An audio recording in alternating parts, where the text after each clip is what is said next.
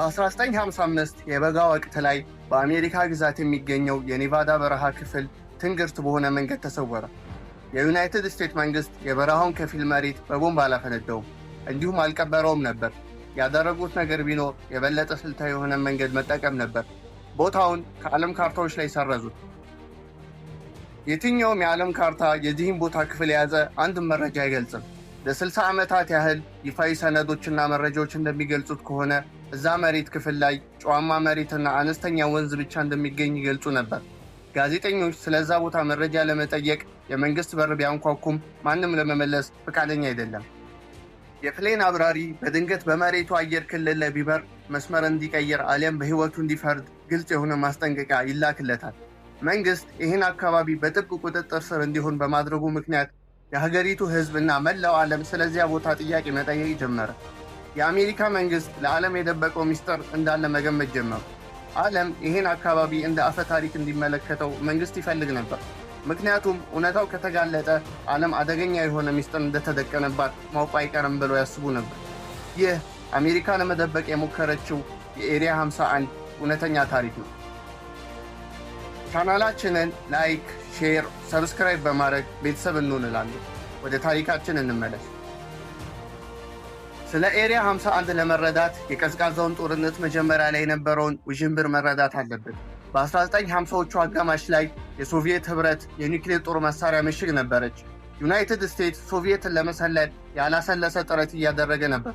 ነገር ግን የተለመዱ የስለላ ፕሌኖች ወደ ሶቪየት የአየር ክልል መብረርም ሆነ ማለፍ ራስን እንደ ማጥፋት ይቆጠር ነበር። የተሰወረ እና መንፈስ የሚመስል የስለላ ቴክኖሎጂ ያስፈልጋቸው ነበር። በጣም ከፍ ብሎ የሚበር እንዲሁም በሶቪየት ራዳር እና የአየር ሚሳኤሎች ሊደርሱበት የማይችሉትን ፕሌን ማምረት ነበር። የፕሮጀክቱ ስያሜ አኳቶን ተብሎ የሚጠራ ሲሆን የዩ-2 የስለላ አውሮፕላንን ማምረት ነበር። ቢሆንም ይህም ፕሮጀክት መሬት ላይ ለማውረድ ተስኗቸው ነበር። የፕሮጀክቱ ስብስብነት እንዲሁም ፕሮጀክቱ ከዓለም ለመደበቅ መሞከር መሰናክል የሆነባቸው ዋነኛ ምክንያት ነበር። የሎክሂድ ካምፓኒ አለቃ የነበረው እንዲሁም ታዋቂው የበረራ መሐንዲስ ሄሊ ጆንሰን አንድ ሐሳብን አቀረበ። ትንሽ የሆነን የፕሌን ንድፍ በመንደፍ ማንም ሊያገኘው የማይችለውን በጣም የተገለለና ጥብቅ የሆነ ቦታ ለማግኘት የአሜሪካን የምዕራብ ግዛትን ቃኝ። በኔቫዳ ውስጥ የሚገኝ ሩቅ የጨው አለት ያለበት ግሩም ወንዝን ተመለከተ። በተራራ መሃል ላይ የሚገኝ ከመንግስት የኒውክሌር ሙከራ ቦታ አጠገም ነበር። ወታደሮቹ መሬቱን ወዲያው ተቆጣጠሩ። ጆንሰን ምድረ በዳውን በጨዋማ አለት የተከበበውን ጠፍጣፋ መሬት ለሚገነቡት መሐንዲሶች ማራኪ እንዲሆን አድርጎ መሰረት ነደፈ። ፕሮጀክቱም ፓራዳይስ ራንች የሚል ቅጽል ስም ሰጠው። በአሜሪካ አቶሚክ ኢነርጂ ኮሚሽን ካርቶች ላይ አካባቢው ኤሪያ 51 ተብሎ ተሰየመ። በኦገስት 1955 የመጀመሪያ የሆነውን የዩ-2 ፕሌን የማብረር ሙከራ ተጀመረ። በ1950ዎቹ ዓመታት የንግድ አየር መንገዶች ከ10,000 እስከ 20,000 ጫማ ከፍታ መብረር ይችሉ ነበር። ወታደራዊ ፕሌኖች ደግሞ ወደ 40,000 ጫማ ከፍታ ይደርሳል። ከዚህ ከፍታ በላይ የበረረ ፕሌን በታሪክ ተመዝግቦ ማያውቅም ነበር። የመጨረሻው ከፍታ የተመዘገበው 42,000 ጫማ ነበር።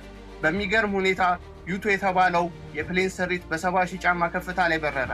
ፀሐይ በኔቫዳ በረሃ መሬት ላይ ስትጠልቅ ከተሞችና ሸለቆዎች በጨለማ ተውጠዋል። ነገር ግን ይህ ፕሌን በ70,000 ጫማ ከፍታ ላይ እየበረረ ነበር።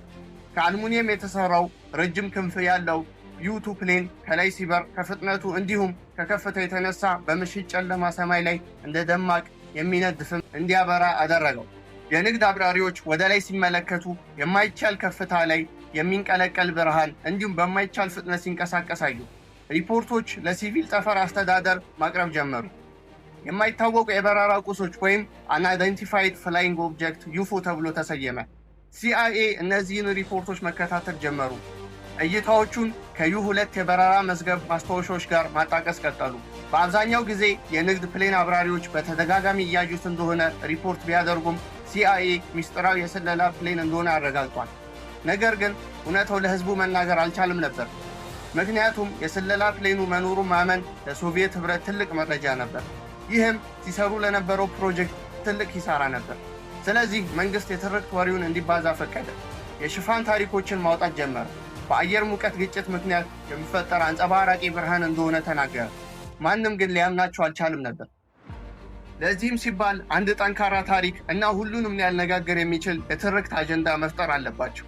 ሁሉንም ሊያስገርም የሚችል ነገር፣ እሱም ስለ ኤሊየን ነበር። ከሌላ ዓለም የመጡ ፍጡራኖች ናቸው የሚል ታሪክን ፈጠሩ። ዓለምም በግርምት ለነገሩ በትኩረት እንዲሳብ አደረገ። ህዝቡ በእነዚህ የቅዠት ታሪኮች ቀልብ ሲሳብ የሀገሪቱ መንግስት ከጓዳው ተደብቆ የስለላ ፕሮጀክቱን ሲያጧጡፍ ነበር። ይህ አፈ ታሪክ ትልቅ መሳሪያ ሆነላቸው።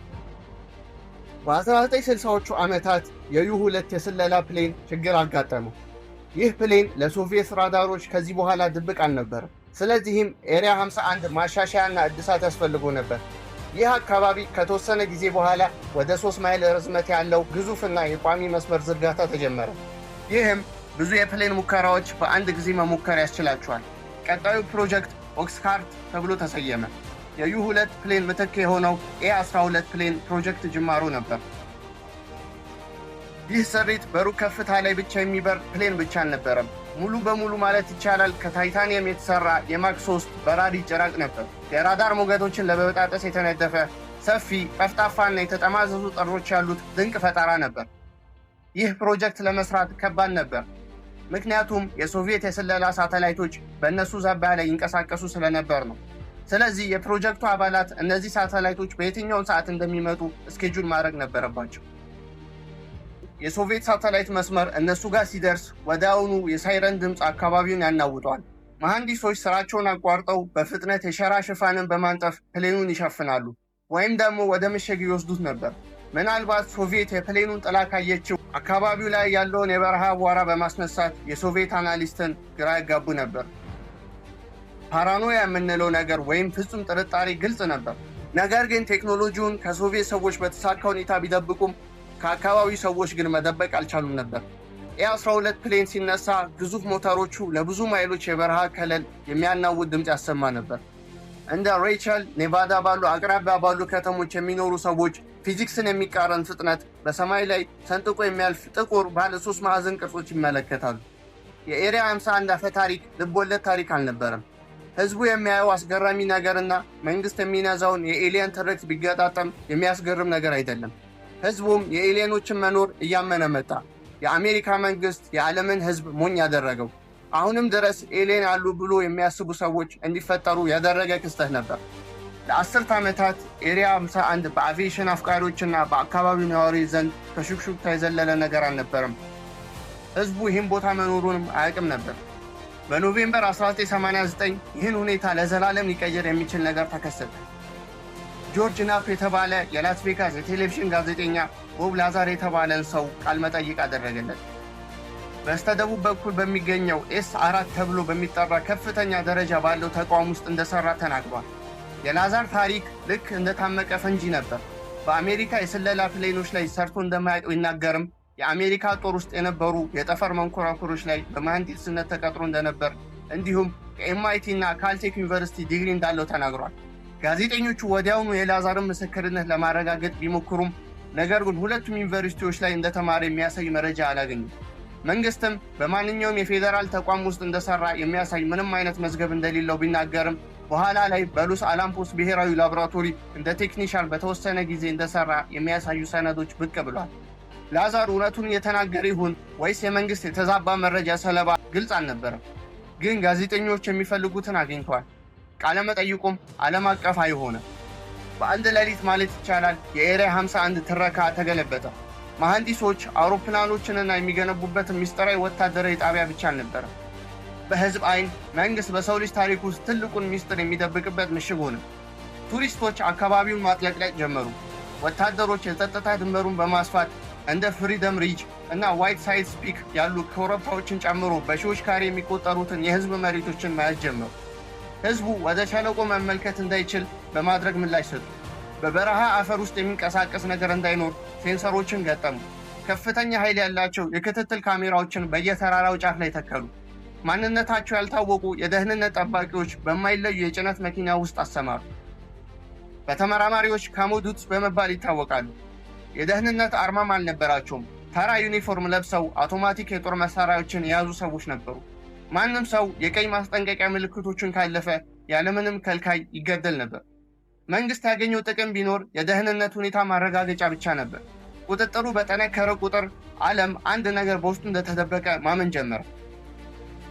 እንደ አውሮፓውያን አቆጣጠር በ2013 ሲአይኤ በመጨረሻም የዩ2 እና የኦክስካርት ፕሮግራሞችን የሚገልጽ ባለ 400 ገጽ ታሪክ አተመ። ቦታውን የሚያሳይ ካርታም ይፋ አደረገ።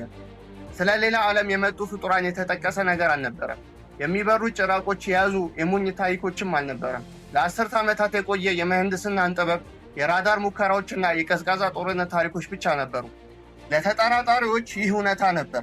ኤሪያ 51 የአሜሪካን የአየር ኃይል እድገት የሚያሳይ ክፍት የአየር ላይ ላቦራቶሪ ነበር። ጦሩ በአሁኑ ጊዜ የሚቀጥለውን ትውልድ ድሮኖች፣ ሃይፐርሶኒክ አውሮፕላኖችና የኤሌክትሮኒክስ የጦርነት ስርዓቶችን የሚሞከርበት ቦታ ሳይሆን አይቀርም ይባላል። ነገር ግን ለትርክቱ አማኞች አሁንም መንግስት ለመደበቅ የሞከረበት ሌላኛው ታሪክ ነው ይላሉ። ኤሪያ 51 ብልህነትን በሁለትዮሽ ነገር ላይ የተመሰረተ አድርጓል። ወታደሩ እውነቱን ለመደበቅ በጣም ሚስጥራዊ ቦታን ፈጥሯል። እናም ይህን በማድረግ ማንኛውም ወሬ ሀገርን ሊቀይር የሚችልበትን ቦታ ፈጥሯል።